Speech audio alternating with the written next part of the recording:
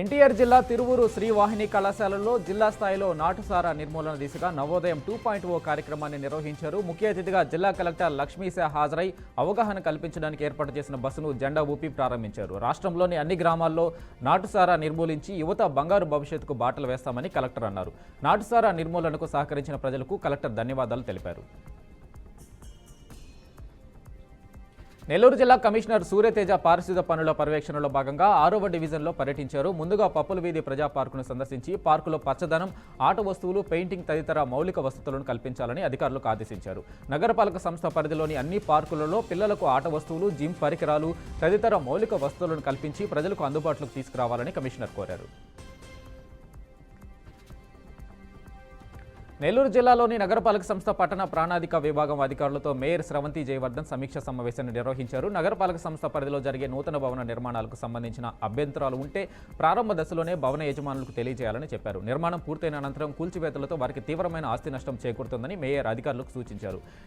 DTCP నిర్దేశించిన నూతన మార్గదర్శకాలపై సచివాలయాల పరిధిలోని భవన నిర్మాణ యజమానులకు అవగాహన కల్పించాలని కోరారు.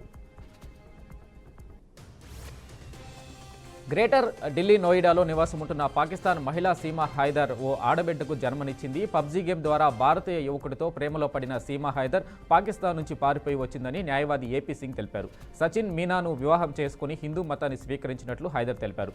ఈరోజు ఆడపిల్లకు జన్మనిచ్చిందని తల్లి బిడ్డ ఇద్దరు క్షేమంగా ఉన్నారని న్యాయవాది చెప్పారు. సోషల్ మీడియా ద్వారా ఆ అమ్మాయికి పేరు పెట్టాలని ప్రజలను కోరుతున్నట్లు సింగ్ తెలియజేశారు.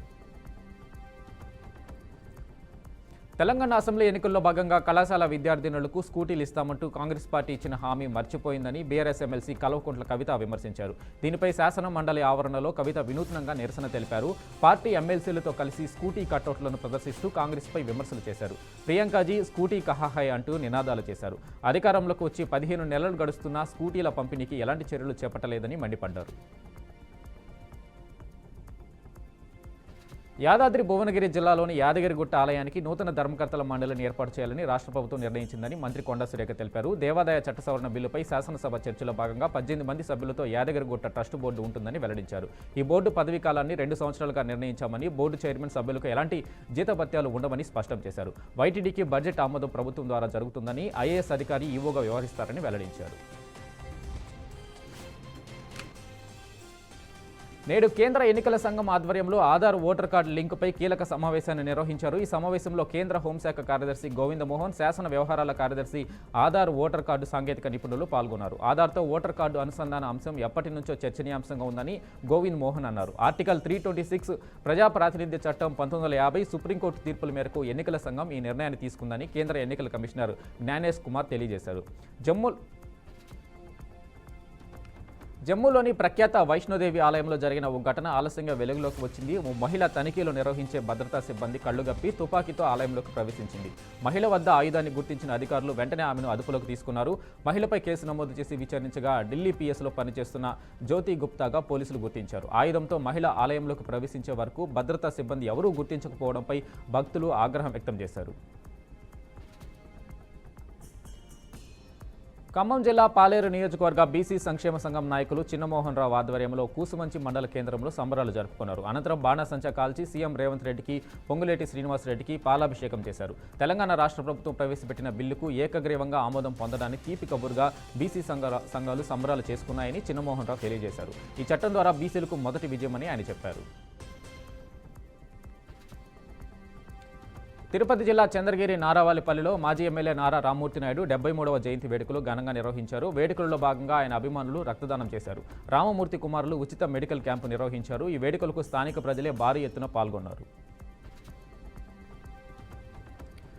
ఏపీ అసెంబ్లీలో ఇవాళ ఫోటోషూట్ కార్యక్రమాన్ని నిర్వహించారు. ఈ కార్యక్రమానికి CM Chandrababu, deputy CM Pawan Kalyan హాజరయ్యారు. ఈ ఫోటోషూట్పై డిప్యూటీ స్పీకర్ రఘురామకృష్ణరాజుగా స్పందించారు. అసెంబ్లీ ఆవరణలో ఎమ్మెల్యేలు అందరూ గ్రూప్ ఫోటో తీసుకోవడం జరిగిందని వెల్లడించారు. ఈ ఫోటోలో ప్రతిబింబించిన ఐక్యత, బాధ్యత, ప్రజలకు అందించే సేవల పట్ల నిబద్ధత మన ప్రజాస్వామ్య వ్యవస్థ గౌరవాన్ని మరింత ఇనుపడింపజేస్తుందని పేర్కొన్నారు. భద్రాద్రి కొత్తగూడెం జిల్లా దమ్మపేట మండలం గొర్రెగొట్ట గ్రామంలోని లక్ష్మీనరసింహస్వామి వార్షిక బ్రహ్మోత్సవాల్లో భాగంగా ఆఖరి రోజు స్వామివార్ల శాంతి కళ్యాణాన్ని అత్యంత వైభవంగా నిర్వహించారు. ప్రతి సంవత్సరం వెలిసిన రోజున మహోత్సవం నిర్వహిస్తున్నారు. స్వామికి అంగరంగ వైభవంగా ప్రతి ఏకాదశి రోజున అభిషేకాలు జరుగుతాయని, ప్రతి పౌర్ణమి రోజున కళ్యాణం జరుగుతుందని ఆలయ అర్చకులు తెలిపారు. విజయనగరం జిల్లా వల్లంపూడి ఎస్ఐ దేవిపై ఎస్సీ/ఎస్టీ అట్రాసిటీ కేసు నమోదైంది. ఈ నెల 11న వేపాడ మండలం గుడివాడలో జరిగిన గ్రామదేవత పండుగలో జరిగిన ప్రోగ్రాంలోని యువకులతో ఎస్ఐకి వాగ్వాదం జరిగిందని స్థానికులు తెలిపారు. ఎస్ఐ దళిత యువకులను కులం పేరుతో కొట్టి దూషించారన్నారు. ఆ వాగ్వాదంలో ఒక యువకుడికి గాయాలయ్యాయని అన్నారు. యువకుడి తల్లి ఫిర్యాదు మేరకు ఎస్ఐపై అట్రాసిటీ కేసు నమోదు చేశారని అధికారులు తెలియజేశారు. ఒంగోలు జిల్లా కనిగిరి పట్టణంలోని ప్రభుత్వ బాలికోన్నత పాఠశాలలో కీచక ఉపాధ్యాయుడి ఉదంతం వెలుగులోకి వచ్చింది. పాఠశాలలోని రంగారెడ్డి అనే ఉపాధ్యాయుడు పలువురు బాలికలను లైంగిక వేధింపులకు గురిచేస్తున్నాడని విద్యార్థులు తెలిపారు. విద్యార్థుల ఫిర్యాదు మేరకు ఉపాధ్యాయుడిపై కేసు నమోదు చేసి పోలీస్ స్టేషన్కు తరలించారు. ఉపాధ్యాయుడిని కఠినంగా శిక్షించాలని రాష్ట్ర ఐటీడీపీ ఉపాధ్యక్షులు జంషీర్ అహ్మద్ డిమాండ్ చేశారు.